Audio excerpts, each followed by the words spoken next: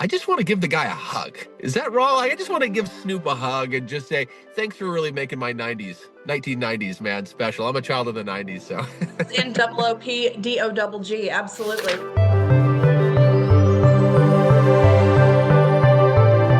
All right, guys, thank you so much for joining us today. We have got the pleasure of the man, the myth, the legend, Jake Whittenberg from King 5 in Seattle, who will be going to cover the Winter Olympics in Italy this coming February. Jake, how Yeah, are you? Thank you so much for joining us. I'm doing great. Thanks for having me. Fun stuff. Yes, I bet you're excited. Okay, so first question, have you been to Italy? Or is this your I've first time? I've never been to Italy. Yeah, I've been to Europe a few times, and believe it or not, never been to Italy. Usually that's like the beginner's, trip to Europe, but this will be a first for me. And I mean, I can't imagine my first time going to Italy, going to cover the Olympics. Like, how cool is that? Like, how does that make you feel getting to just go cover these incredible athletes in one of the most historic cities in the world? Yeah, no, it's a dream come true, to be honest, to be able to cover these athletes and to, as a journalist, be there for the Olympics, to be at the center of the world. It's something I've always wanted to do. And thankfully, we're on a team at Tegna with a bunch of my colleagues who have been to several of these. So they know the ropes. Chris Egan, colleague of mine going with from King 5, he's been to 5 of them. And so this is going to be hopefully a little easier for me as a first timer, but I am super pumped. And yes, so it's your first time in Italy, first time covering the Olympics. So what are you doing to prepare for this big feat that you're going to be taking on? Well, we're talking with a lot of our local athletes, all of them, following them, getting familiar with their journeys, being prepared for, what it's going to take for them to qualify. A lot of qualifications are starting now, actually. As we're recording this, the curling men and women are going to start their qualifications here in less than a week. So we're going to be watching for them. We have one local athlete who's on a very promising team when it comes to curling. Just the logistics, too, of covering an Olympics. I mean, my mind is just blown by all of the different things you have to consider when it comes to the venues.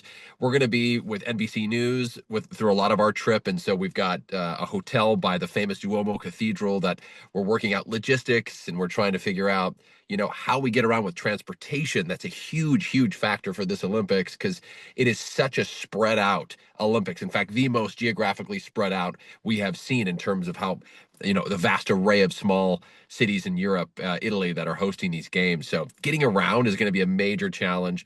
So just logistics has been quite the chore. 6 months now we've been planning this. You said curling is going on right now. I feel like I would be a master curler. I guess that's what you call them because I can work a vacuum cleaner. Like I am a clean freak, so I vacuum and I kind of do that little motion there that they say when they're shaving the ice down or whatever that is. I mean, Sweeping. They call it sweeping. sweeping. So Okay, maybe well you should there get a you go. broom. Sweeping the ice down. I think I could do it. My husband may disagree, but I think that I would be a pro at it. But so speaking of curling, what events are you looking the most forward to covering, and are there any new events that are coming up this year that audiences may not have seen before? So the number one new event this year that's going to blow everybody's mind is ski mountaineering. It's never been tried at the Olympics before. It's really, really gaining popularity around the world. It's essentially an event where the skiers will start trudging up the mountain with the skis on their feet. About halfway up or so, they then lug the skis on their back to the very top, to the summit of the mountain. They go through the challenges and then they put the skis on and they ski down. So it is going up and down the mountain. They're going to be judged on difficulty, and speed is the big thing, but it is a heck of a sport. I mean, it is wild to watch. I don't. It's the endurance it takes to do this is incredible. I'm a huge fan of ski racing. I'm a ski racer myself from back in college, and so in Cortina and just the Dolomites, the Alps, just one of the most beautiful mountain ranges in the world.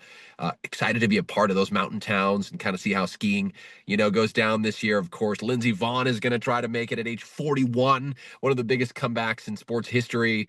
Of course, Michaela Schifrin, who is just the best, alpine skier in terms of racing that we've ever seen.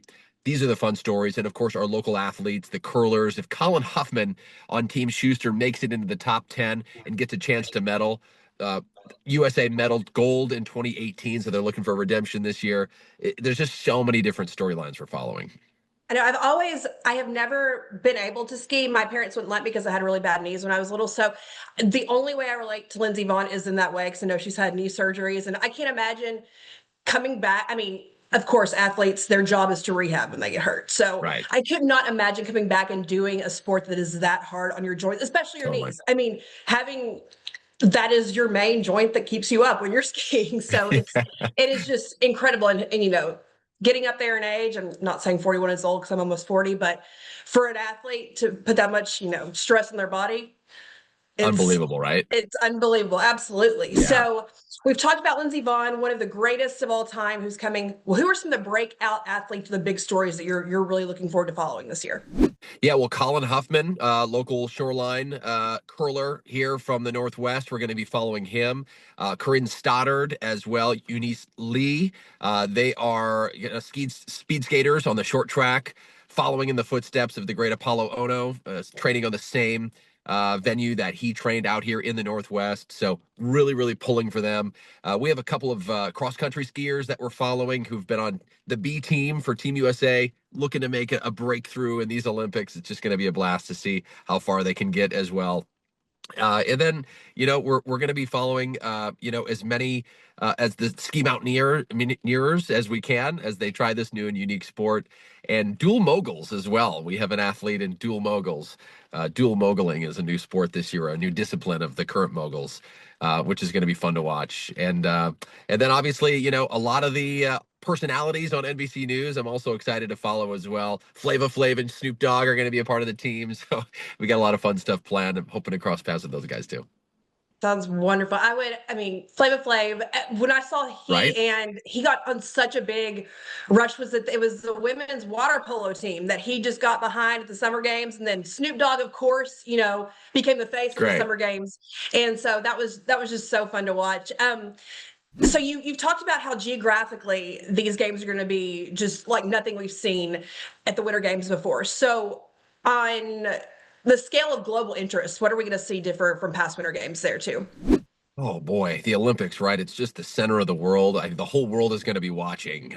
So just the Olympics being the Olympics is an attraction enough. But I think what's going to be unique is how geographically spread out this is. I mean, Cortina hosted the Olympics in 1956, so this is kind of a return to Cortina. They're really going to be pumping up the Italian flavor, the community feel, the tradition of the games from the 1956 Olympics. I'm excited to see how that all goes down. There's opening ceremonies at a variety of venues too. So Milan is going to be hosting the main opening ceremony, but there's also going to be simultaneously the show is happening in Cortina and villages in the northern part of Italy. So this coordinated opening ceremony is going to be phenomenal. And then the closing ceremony is in Verona, which is in the eastern portion of the country, eastern central portion of Italy. It's the only thing that they're hosting, and it's in this venue that's been there for thousands of years. So how that's going to look, I'm just dying to see how this goes down. So with that in mind, too, knowing that the sports are so spread out, logistics are going to be tough. The country is actually asking visitors and athletes and those covering the games to try to stay put as much as possible, because getting around those little small mountain villages is going to be pretty crowded on those mountain roads. So interested to see how all of that goes down too. There's so many beautiful venues in the northern portion of Italy, on the border of Switzerland and Austria, that are up there in the Alps, that are just going to be so beautiful to watch on NBC.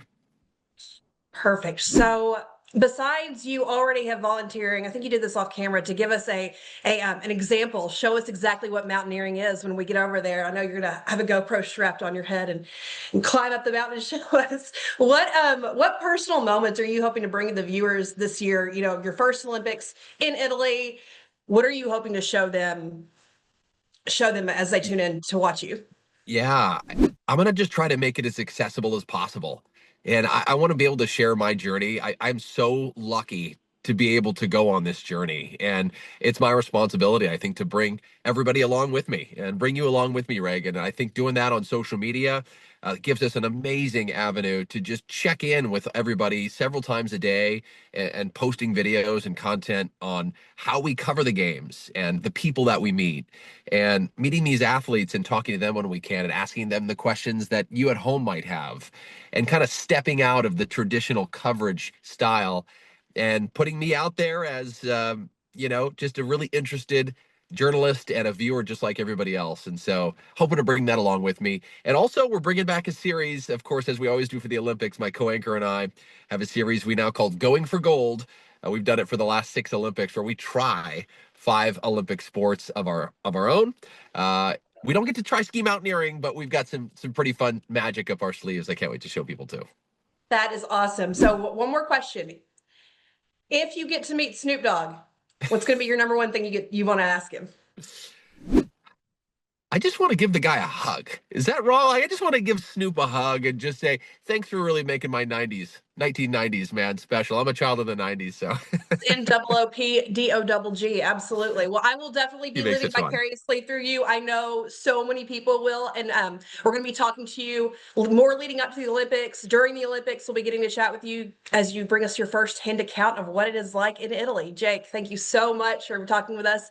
And we can't wait to talk again soon. My pleasure. Go Team USA. Bye. Thank you.